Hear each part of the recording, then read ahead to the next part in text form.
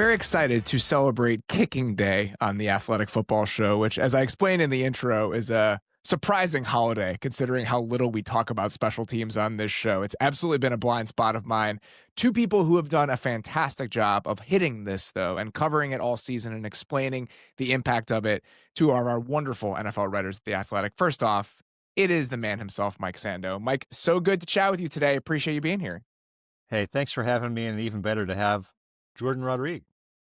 Thrilled for Jourdan to also be here. Jourdan wrote a story about the K-ball change earlier this year. Absolutely wanted to get her involved. Jourdan, thanks for doing this. Thanks, guys. The Slack channel on this topic was popping off. So if that's any sign for how fun this conversation is going to be, I am so here for it. We're going to get into some of the layers of this, but some of the questions, like the theoretical questions that Sando is asking about the implications of the change in the kickoff rule, it was the most distilled version of Mike Sando that I think I've ever experienced. And I mean that in the warmest way possible. So We're going to talk about just how kicking, the prominence of kicking has changed in the NFL this year because it's coming from two different directions. And I think that's what makes this so notable, right? So we have two rule changes that have made kicking more important to the NFL than, Jourdan, I think at any time since I started doing this. I mean, there was a point, and I explained this in the intro, but when you were watching film, when I was over the last few years, I would literally just download sides of the ball, offense, defense, and I found myself never watching kicking because so much of it were dead plays. Like kickoffs didn't matter. And so now the fact that the kickoff is as live as it's ever been because of the rule changes and the K-ball changes have made field goals more impactful and more exciting than they've ever been. From multiple different directions, we are having a kicking renaissance in the NFL that has made it impossible for me to ignore it as much as I've wanted to. And you'll never get that time back, Robert. No, it's funny. It's the meme of accidentally became important at work and it's ruining my life. It's so true. But the thing is, and we'll talk about this, Sando, it wasn't accidental. Like I actually, in talking to a bunch of coaches for this, and I've talked to some defensive coordinators, special teams coordinators, just people who have been impacted by this. One of the defensive coordinators I was talking to was joking. He's like, special teams coordinators have legislated themselves back to relevance in the NFL by all of these rule changes. Like credit to them for doing that. It's actually very impressive. Like it's bureaucracy at work in a positive way for them. Yeah. It is, and like to me, I agree with you that sometimes the special teams have just become such a bore. You know, the kickoff was just a letdown. Remember, it used to be like, oh, the opening kickoff, the whole stadium standing, and it's like, oh, we're going to get a big play here or a big collision, and obviously they don't want the huge collisions for good reasons on some of those plays. It's always being a parent whose kids played football, the kickoff was always the most nerve-wracking thing because people just go run from long distances and blow each other up. But now we've at least found a way, and we will talk about this too, the strategy late in the game. If you screw up and don't kick it to the landing zone, I mean, that's a play. We're interviewing the kicker after the game. So, Sando, let's just walk through like the material changes in the kickoff rule just to like set it up for people. Like what is different this year compared to the first version of the dynamic kickoff from last year? Yeah, so the touchback for years used to be to the 20-yard line, and then they wanted to move it to the 35, but chickened out last year and moved it to the 30. And the changes were subtle. I mean, it didn't have, I think, the effect that a lot of people wanted it to have. Because remember, they're looking for ways to get scoring up too. And so shorter fields, in theory, you can get scoring up in an era when maybe defenses have caught up a little bit, right? So this year they made the touchback be more punitive, bringing it out to the 35. And we have some movement there. Mm-hmm. Now on the kickoffs with the landing zone where you have to kick the ball, past the 20-yard line, but not into the goal line. Now that is coming out to the 40 instead of the 35. So you get the ball at the 40, you just know this as a fan, just how you feel about things. You get the ball at the 40, you're like, we're going to get in field goal range in 2 plays at this point, right? Yeah, absolutely. And we've seen it happen in late game situations, Jourdan. The Cardinals Seahawks game is the one that sticks out to me, where you have that late kickoff that falls short of the landing zone. And now on a potential a game-winning drive, you're lining up at the 40. You need 2 completions for a game-winning field goal. And so it really has changed some of these like super high leverage situations in the NFL. Yeah, and it is interesting. You are watching a lot of coaches learn about it and troubleshoot it in real time.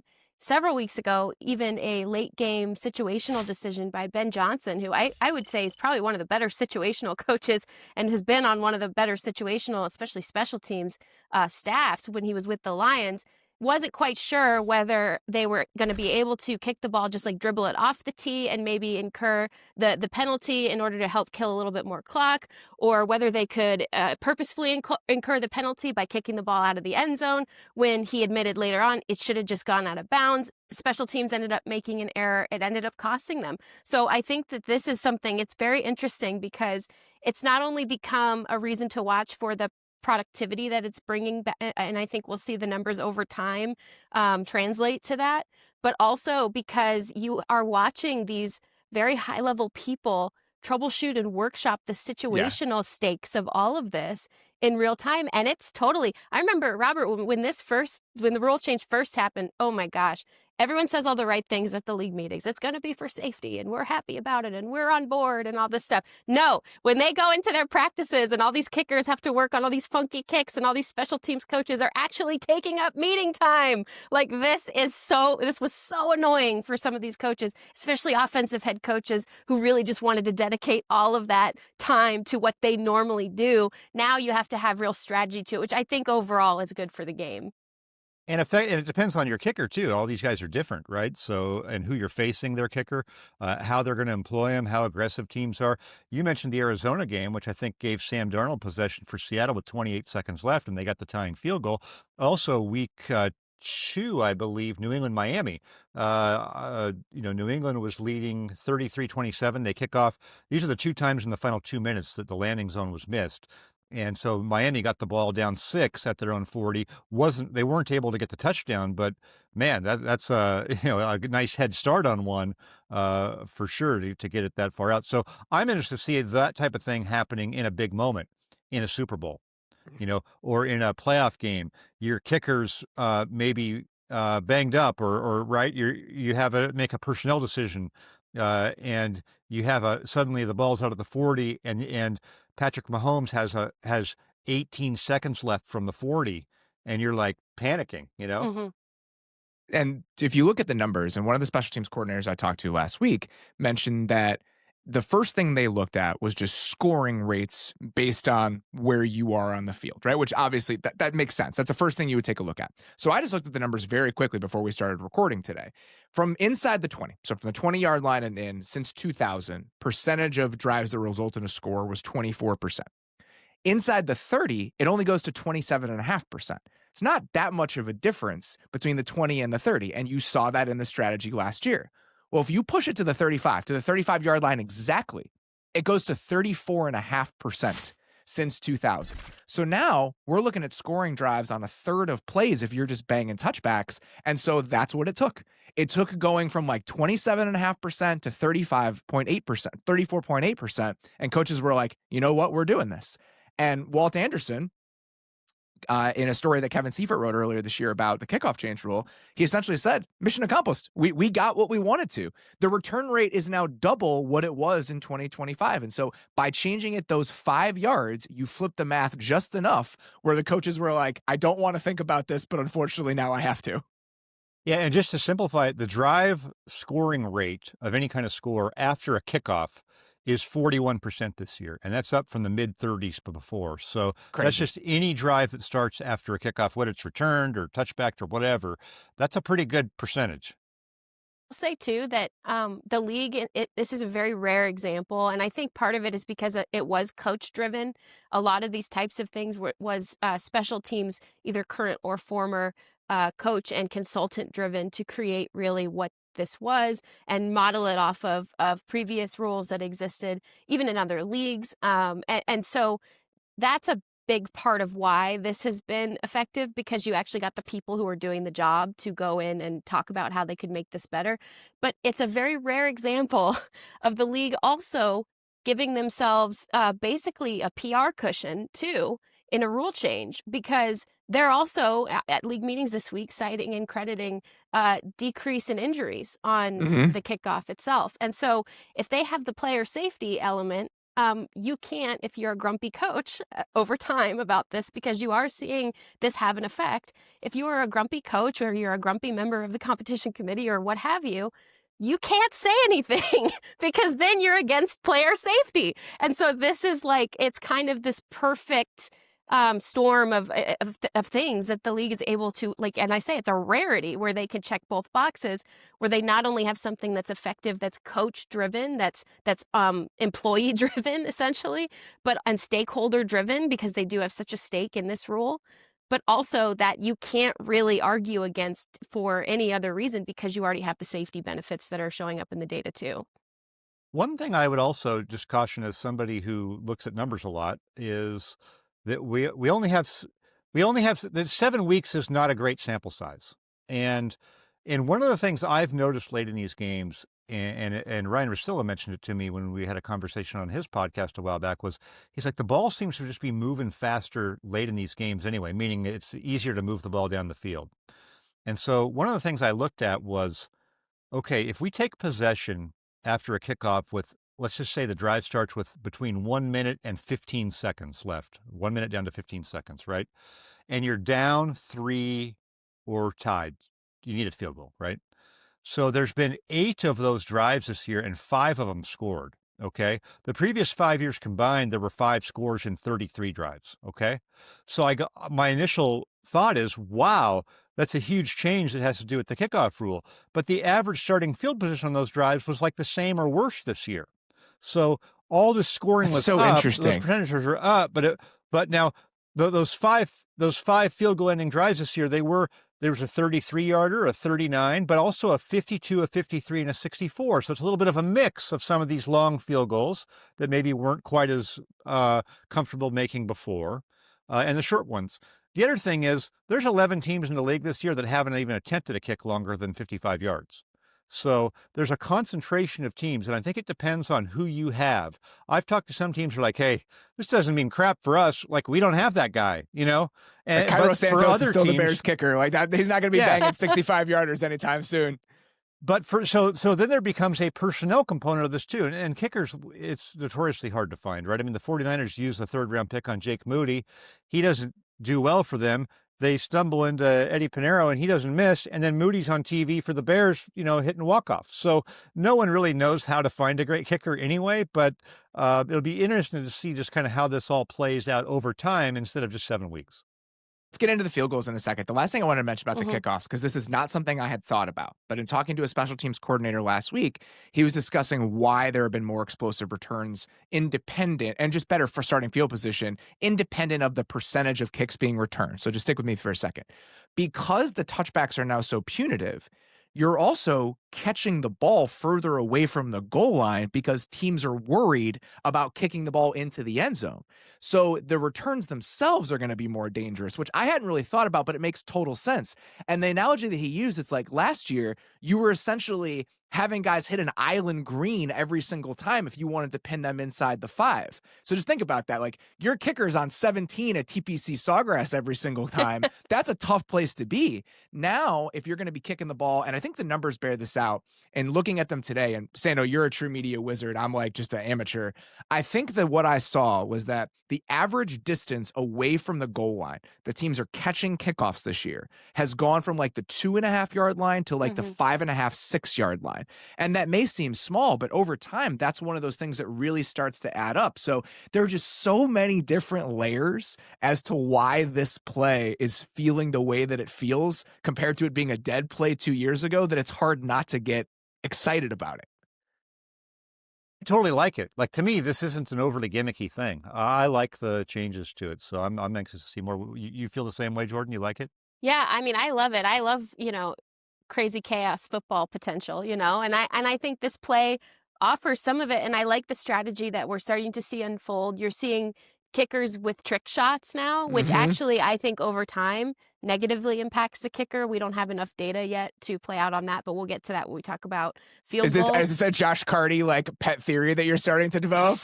Passive aggressively mentioning, but not really mentioning this Josh Carty situation with the LA Rams. No, but there's really interesting ways that we've seen it with punting forever.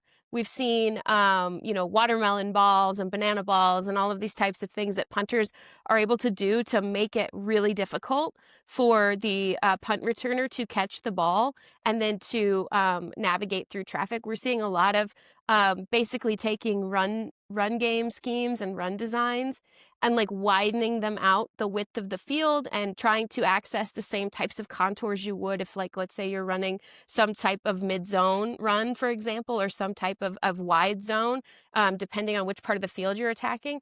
I like all of it. I think it's good for the rostered guys who are especially gifted at it. But it is interesting because it as it stands right now, it seems like a nearly perfect rule, which means the NFL is going to mess with it again, which means something else is coming, whether it's the fourth down, or whether it's the onside kick or something else is going to happen. I would bet on it. I don't bet, but I would definitely bet on it because it is the NFL and they can't help but to keep fiddling and keep tinkering with things. I think that looking at the strategy from teams, the strategy of knuckleball kickoffs is fascinating, right? And we've seen the Panthers and the Rams deploy this in ways that have been effective, and it's still very early, and we'll have more data about as it goes. But even like you said, Jourdan, the strategy the teams are using to return kicks, you have some teams where it's lined up all the way. Everyone's on the same exact level, 11 different guys. There are some teams where we have 2 guys that are offset. We have some teams where it's 3 guys are offset. And then you're watching different teams decide who are we going to leave unblocked in some of those things. Washington has been the best kickoff team in the best kickoff return team in the NFL so far this year. And they're one of those teams that has 2 guys offset about 5 yards behind the ball. It creates certain angles. And coaches are now saying that instead of having like 1 or 2 kick return designs coming into a game, now we need 4 or 5. But it's still so early that I don't think we can really pin down any like trends or conclusions that we can reach from this. I just think that now it becomes something that, Sando, we're really going to have to keep an eye on as the season goes along, because by the time we get to the end of the year, we're probably going to have enough film and enough data to like actually start digging into what all of this means. Yeah, something you said, Jourdan, really struck me, that it's guaranteed they'll tinker with it. And I always see two things. There's always the reaction to some unexpected play, right? We see that with rules all the time. The Saints are screwed on a PI call, so then suddenly PI becomes reviewable for a year, right? Because Sean Payton gets mad. Or you get a situation, I think, at the league office level where Troy Vincent and those guys, they want to have one thing they do every year that shows they care about player safety or something. I'm not saying they don't care, but you know what I mean? It's like, what are we doing this year? And so sometimes these changes get put in almost for not the purest football reasons. No. And so that can be frustrating. Yeah. I'm fine. If their issue is with the onside kick and the fact that there's only been 4.5% essentially of onside kicks recovered, it's been 1 out of the 21 that have been attempted when this data was pulled. I think that sources with the league per a CBS story said that it should be about 12%. That's what we want. I'm fine if when Jourdan, you and I talked about this last week in another setting. I'm fine if we go to something akin to the rule that the Eagles proposed for onside kicks, where we're doing 4th and 10 from the minus 35-yard line or whatever it is. If that's what you feel you're losing, you're taking away something from kickers in that moment, but we've given so much to kickers and special teams because of these other rule changes that I actually think it comes out in the wash in a positive way for the league, because it makes that a live play again. Yeah, I would say it is interesting now that that's being discussed at league meetings, the potential of fiddling around with it. You are starting to hear more from specialists. I want to bring up, because I was talking with him about it yesterday, J.J. Jansen, who is one of the longest tenured players in the NFL, long snapper for the Carolina Panthers, has survived multiple presidencies in doing so, and multiple ownerships, I guess, over there too. He said, I thought you meant United States presidencies. I was like, yeah, he has been there for a really long time. He's like a 6-term guy. He really he's been there for like 6 terms. Okay, so he said, save the onside kick, reduce the distance the ball needs to travel to 5 yards. The shorter distance would increase the rate of the kicking team recovery, and then players closer together increases safety of the play. See, this guy gets it. He's getting the PR spin ready to go. I like that. I like it. Because I love the onside kick. And for me to say that, you guys know how much I love offense. For me to say that I want to preserve this play that is one of the most fun, unique plays in all of sports, but I think there's a way to do it without being too dramatic about the change. I think you need to Yeah. test different things, and I don't think you need to make a sweeping change immediately. I do like your idea, Robert, on what it would be and the Eagles' proposal to change it. But I also think that fiddling with the parameters of the kick itself might actually be the next step here, because I do think that the league will insource into the buildings around the NFL to see what kickers think. Probably a more Find a reasonable better- halfway solution. Find a want better chaos. version of it. Find a better version of the onside kick is great. I was actually thinking, like, after that Rodgers Hail Mary attempt the other night, what if you got a Hail Mary, instead of an onside kick? Again, this is my Similar like percentage of built-in- probability. Yeah. This is my built-in anti-special teams bias showing. Like, I'm sure I'm in the wrong as I present it this way. So, Jourdan, I think a lot of people are aware of the kickoff change, right? Like, you see it. Like, the game looks different from where the ball was starting, from the amount of kickoff returns, everything else. The other kicking rule that was changed coming into this year was much quieter. It was something that wasn't talked about in the moment. There weren't think pieces written about it. We weren't having discussions about it. And I think a lot of people only heard about it because Vic Fangio brought it up unprompted at a press conference a couple of years ago. So you wrote a story about this on The Athletic. You and I have talked about this a little bit already. Just walk me through what that change was and why you started digging on it and why you thought it was interesting. Well, first of all, when Vic Fangio says something, especially voluntarily says something, I definitely am going to listen to it. And Mike Sando had a note in it in his Pick Six column, because he was starting to hear some league chatter as well about this rule change and some buzz starting to formulate. Like, why is the old, like, why is nobody talking about it? Suddenly, we're all talking about it, right? And so the K-ball, and listeners, dear listeners, definitely Google K-ball long enough to go read my story. Don't Google it long enough to go down other rabbit holes of what K-ball is. Okay, so it's a change to the tools, or an improvement to the tools. So specialists think that they are able to use, because it is giving them the opportunity to use and work with and basically break in the specific balls that they get to kick with and choose the ones they use for the game. They can pick up to 3. The league sends them an assortment of 60, so enough for 3 per game through the regular season, plus a couple of backups just in case something happens to one of the ones that you like. And you can use any one K-ball for up to 3 weeks before you have to, quote unquote, retire it, right? And so this is a change because kickers and special teams players and equipment managers are able to work with the ball under the same rules that have always existed about messing with footballs in the week leading up to the game, and essentially make the ball as friendly as they possibly can and as acquainted with as they possibly can to the kicker's foot. Previously, they were allowed to work with the ball for, between 20 and 45 minutes pregame, and they also got up to 3 to 4 balls with which they could work or try to break in, but there just wasn't enough time to get to all of them, so they would usually pick 1 or 2. Now you have 3, you are working with 3 all week, and you are picking the ones of the assortment that you're deciding to try to break in. You're picking the ones that you like the best and using those in the game after an inspection by the officials. So the rule has changed a couple different times over the last 25 years, right? And so there was a time where you could have access to the balls. And that was my favorite part of this entire discourse is learning that way back in the day. I'm sure, Sando, you're aware of this. I was covering it then. So you're covering the league at this point. So just walk me through some of this, because my favorite part of this is that there are guys hitting footballs with baseball bats all week. They're putting them in actual commercial dryers after dumping them in water. That's the reason that the league took the balls away. It's you've lost your K-ball privileges.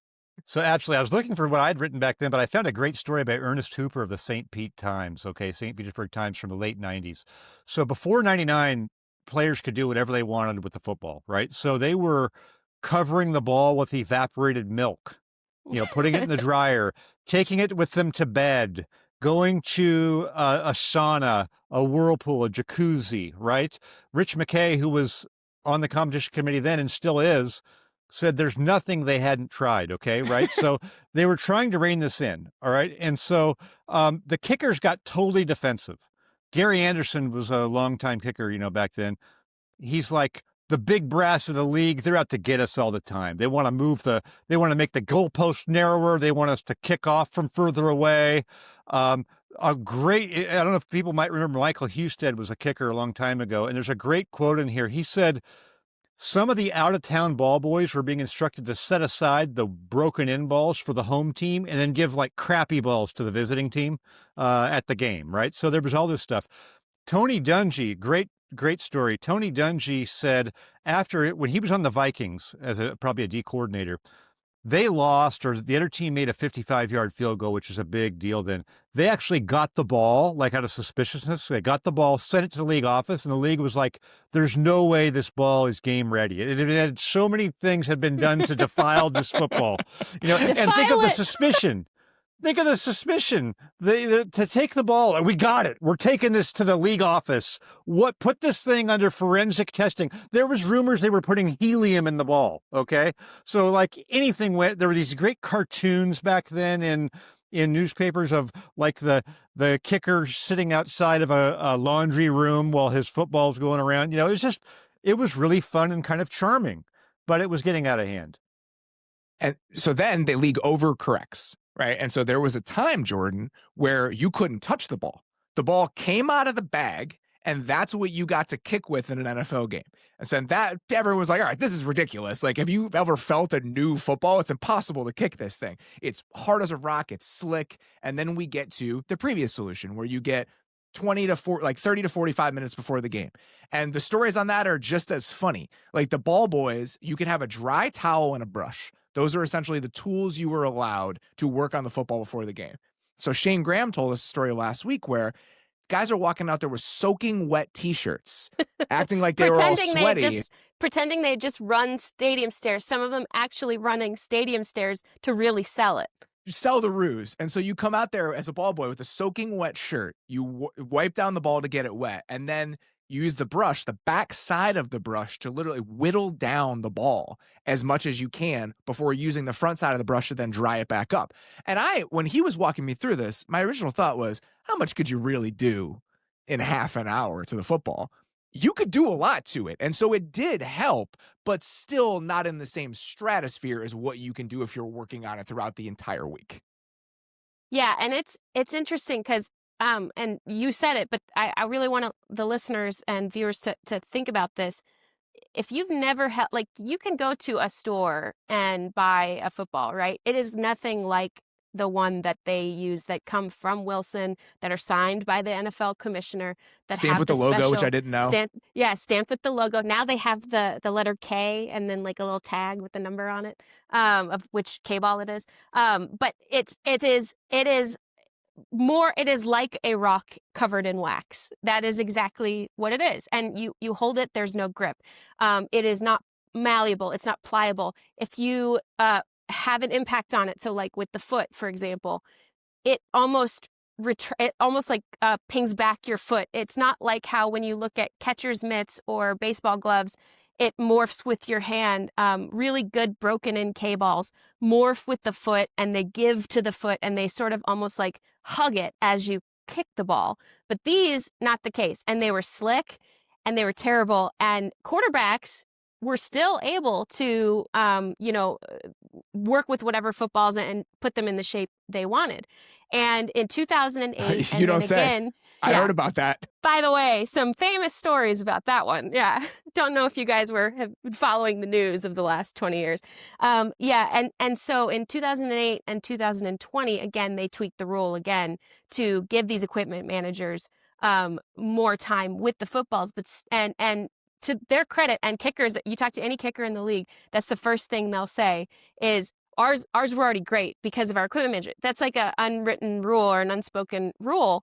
Yes, you're going to compliment and really hype up the person who's working so furiously before the game in an impossible situation to get one, maybe two footballs the way that you like them as a kicker, to give you the best chance to be successful with that work tool as possible.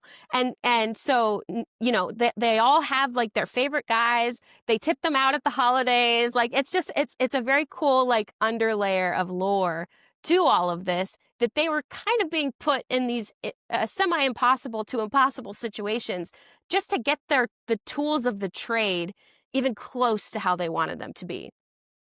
So this now becomes my next set of questions. How much does this actually matter? How much is this spike in kicking quality, distance accuracy actually being done with the footballs? Because it's very easy to say, if you're Vic Fangio or some other people in the league, you're watching guys bang 65-yard field goals, make it look easy. Oh, the balls are juiced. Like, the balls are juiced. Like, there's no way. This is a problem. But this is a rule-based problem.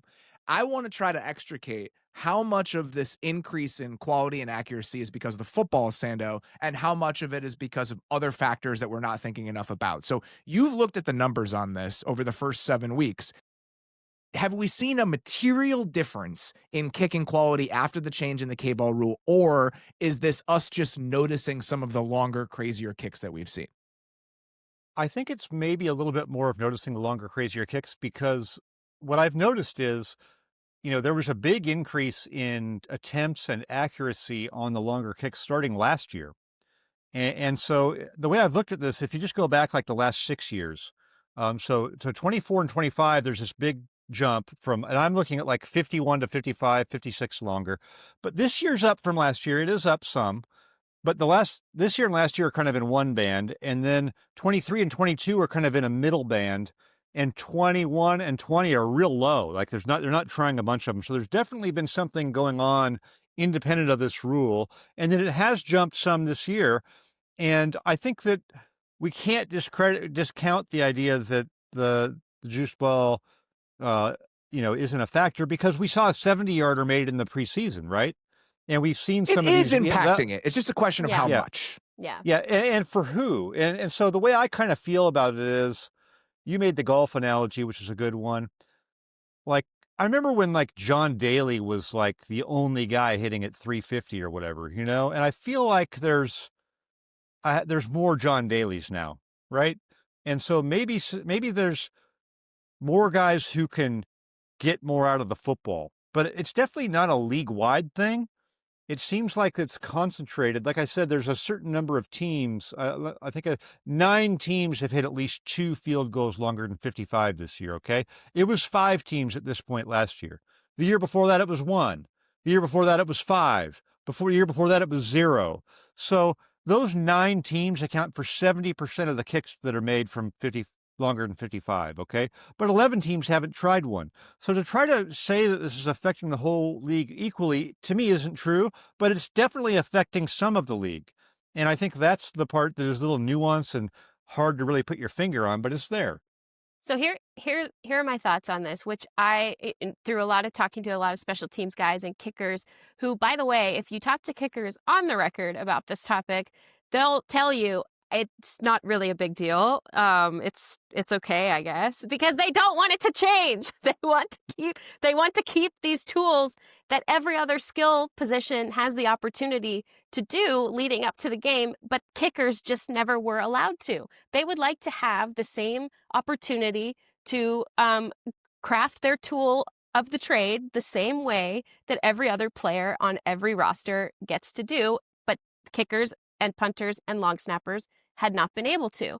It's more of an even, terrible joke, but even footing for everybody, right? And so I feel like that's part of it. It's the principle of it that I think brings not necessarily statistically yet a pure advantage, but it brings equality to a area of focus that really had not been treated equally to other places on the roster.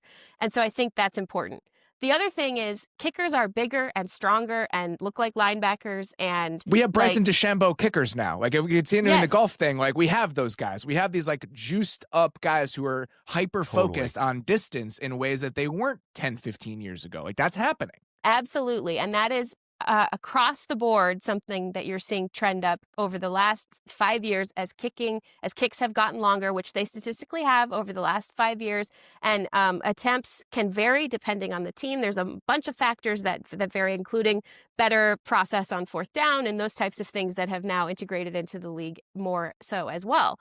But this is a fact that kickers are more specialized in their craft. They are better trained in the off season. They have more science and more biomechanical information about how to swing their leg and what they're doing. And yes, now their tool has improved as well. So I think all of those things can be true at the same time. And I think there is a psychological element to it as well.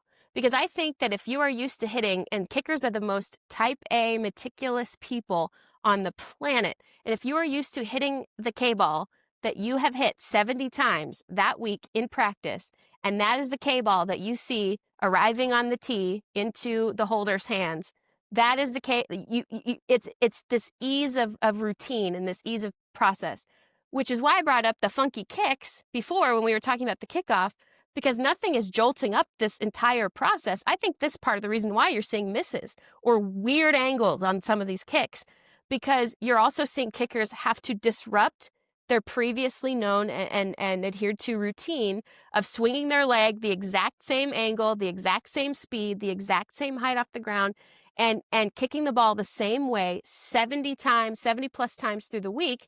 Oh, but now you're trying to hit like a sidewinder shot to the third punt returner or the third kickoff returner who's angled over onto the right side of the field. So all of this is super interesting to me, but at the bottom line of it is I do think that the K-ball has an effect on what we're seeing now. I believe that truly, not just because it evens the ability for kickers and punters and long snappers to use the same type of process for their tools of the trade that every other position gets, but also I think there's a psychological factor to it, and the ball is just friendlier. It's just friendlier to the foot overall, and it's not as gnarly coming off the foot.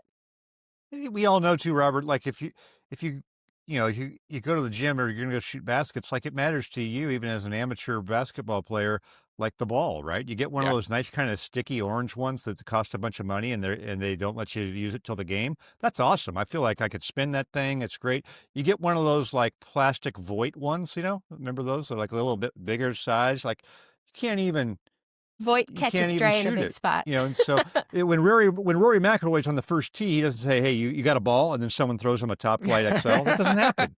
Like he can tell the difference. So these guys, that stuff I think matters, and the psychological component of it is huge in kicking. That's why these kickers, when they go off the rails and they get cut, they don't get fixed, right? Nobody even knows how to coach them. It's so mental, the component of it. So I think that anything that gives those guys comfort is probably good for them. All right, so let's talk about how this affects offense and defense in the NFL, Jourdan, because that was one of my biggest questions coming into this. And I was asking some coaches last week, namely defensive coordinators. I probably texted 5 or 6 guys, but all right, walk me through this, right? So if you're in a situation where all of these possessions are starting on the 35 and we got guys banging 65-yard field goals, let's do the math on that. That means you need to gain like 18 yards to get yourself into field goal range. That is a material difference in the sport. And all of them, to a man, were like, absolutely, it's on my mind. Because now we're at a place where you're 2 completions from giving up a score. And so you are a little bit more aggressive when you're in minus territory than you would have been before. You're playing a little bit less soft zone. Maybe we see a little bit more pressure. The numbers don't totally bear that out yet league-wide, but it's absolutely something that at least is consciously on the minds of the people calling defensive plays. So when other people, I'm sure you've talked to tons of people about this already beyond the kicking implications of it, as we look at play calling strategy on offense and defense in the NFL, how is this impacting things already based on the conversations you've had? Well, it's twofold, one on the offensive side, one on the defensive side. Removing the fact that kickers are doing this and they're all aliens now and all of this, right? For defensive coordinators, it truncates the menu of calls that you have, and especially down and distance. It almost like cuts in half. That's dramatic, but it certainly reduces the number of different types of calls that you have per scenario and per situation. If you are already a defensive coordinator or a defensive assistant coach who is more prone to taking risks with your calls in late game situations, you're probably not feeling this as much as if you are a late game situation coach who likes to play prevent a lot, or you automatically run one of these deeper shell zoning defenses, the sort of Tampa 2 hybrids, less so the match zones, but ones that stay pretty deep and cover landmarks of zones versus match over the top of routes, you are probably really thinking about the way that this kicking game does affect especially your late down scenarios. It also changes your pressure calls. How many guys are you going to send to potentially try to move the quarterback backwards, or to potentially create a splash play in that scenario, versus if it's already a foregone conclusion that Brandon Aubrey's on the other side of the ball and can hit a 60-yarder no problem. Are you basically saying that's a sunk cost? We're going to try to create a negative play on the quarterback. So it changes a lot of the way that you think about your scheme in late game scenarios or in gotta have a stop scenarios. It also, on the offensive side, I am so thrilled by the amount of information and the amount of data we have now that coaches and situational management people are using as it pertains to fourth down calls. I think that it makes them more comfortable. Having kickers being able to do what they're doing now could actually lend to making them be more comfortable in being conservative, which drives us crazy sometimes when you're sitting there and you're watching some of these coaches that have this high-powered explosive offense and they're settling for a 33-yard or a 30-yard field goal on a 4th and 2 that's an automatic go call regardless of the situation. And so I think that it could allow certain coaches to lean back into their worse habits, I think. And that's where I worry about it, because it's like it's got to be my biggest both. concern. Exactly. And it's like it's got to be both, doesn't it? Yeah. I'm so fascinated by the push and the pull of this, Sando, Yeah. because we have reached a point where I think as a collective, like, football watching community, when we see those moments, when it's a 4th and 2 and you're kicking a 37-yard field goal, all of us are collectively like shaking our fists at the TV. And so I think overall there is a conventional wisdom that has developed. But so I wonder, that push of we need to be more aggressive on 4th down, and now this pull of field goals are easier, where between those two forces do we land? Like, that becomes the most interesting part of this to me. Mm-hmm. Absolutely. And then I would love to be able to hear what they're saying in that situation, because sometimes the offensive play caller doesn't like his call on the 4th down at that point. Sometimes the special teams coach, Kylie doesn't really want to advise the kick if he doesn't want to be responsible if they miss it, right? So there's always a fallout of the small sample size result, also bringing heat upon the coaches or decision making. Another component of this to me too is, if we feel like the other team is going to be able to make a long field goal, we really have to regulate even better how much time we're leaving them left after we score. And so, that's a big part of the game that I think is being talked about a little bit more anyway. People are noticing. They should have noticed Monday night when Houston, kicked the ball and allowed it to be returned so that Seattle could take the ball under 2 minutes. And they lost a play right there. You know what I mean? Even think about the Broncos-Giants game. Jackson Dart scores that touchdown. I mean, there would have been so many moments over the last decade where that would happen. You'd been like, you wouldn't have thought twice about it. And now he scores that touchdown with 35 seconds left. It's like, oh, they might have left him too much time. Yes. So what's too much time anymore, And that's the thing I was getting about earlier, where it's like, hey, even when we adjust for the drive start, it feels like they're scoring these more, and it is the ability. Some of that's the long field goal. Like I said, 3 of those 5 this year on those super late drives were 52, 53, 60 plus, 64 even. So it's, coaches in general don't want more things they can be criticized about, decisions. To that. Yes. They've got them. Yes. They want it to be simpler, and this stuff adds some layers to it. It's always funny with all these things and like all the different things you have to juggle. Like, Jourdan, my thought was in the London game when Sean decided to go for it in a situation he might not have 5 years ago. He's only doing that because Josh Carty can't make a field goal right now. And so there are moments where a bad kicker is actually a good thing for an NFL team, and now we're going the other way, maybe a little bit too much.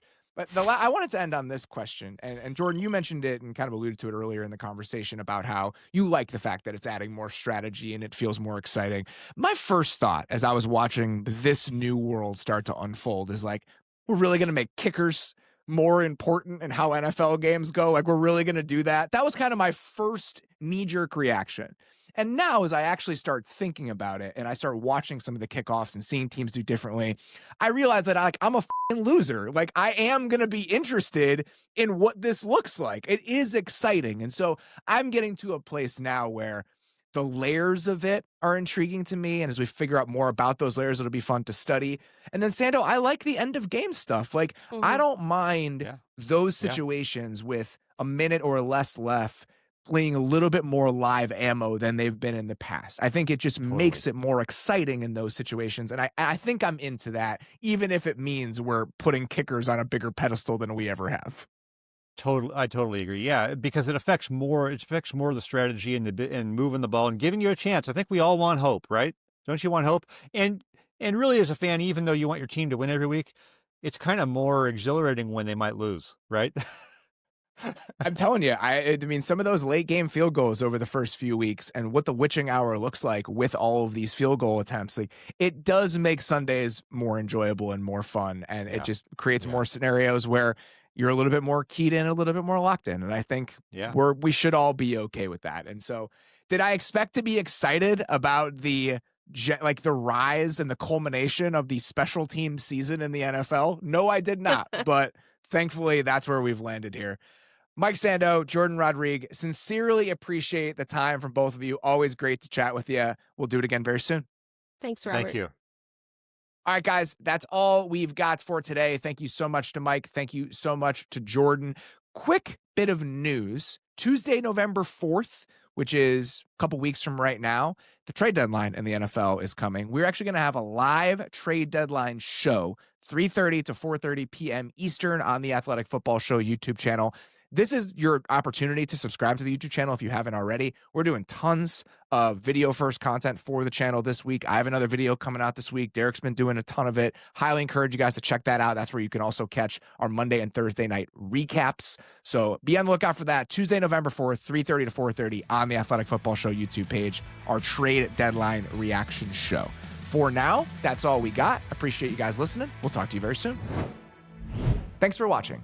Follow the Athletic Football Show wherever you get your podcasts. And don't forget to subscribe on YouTube.